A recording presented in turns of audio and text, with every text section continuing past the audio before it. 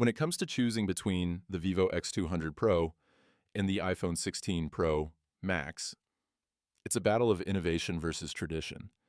The Vivo X200 Pro boasts a stunning 200mm camera, perfect for capturing those jaw-dropping moments in incredible detail. Plus, its fast charging feature can get you back to 100% in just about 20 minutes, ideal for those on-the-go days. On the flip side, the iPhone 16 Pro Max offers a seamless ecosystem with its A17 chip, ensuring lightning-fast performance and efficiency. The camera system is no slouch either, with advanced computational photography that makes every shot look professional, even in low light.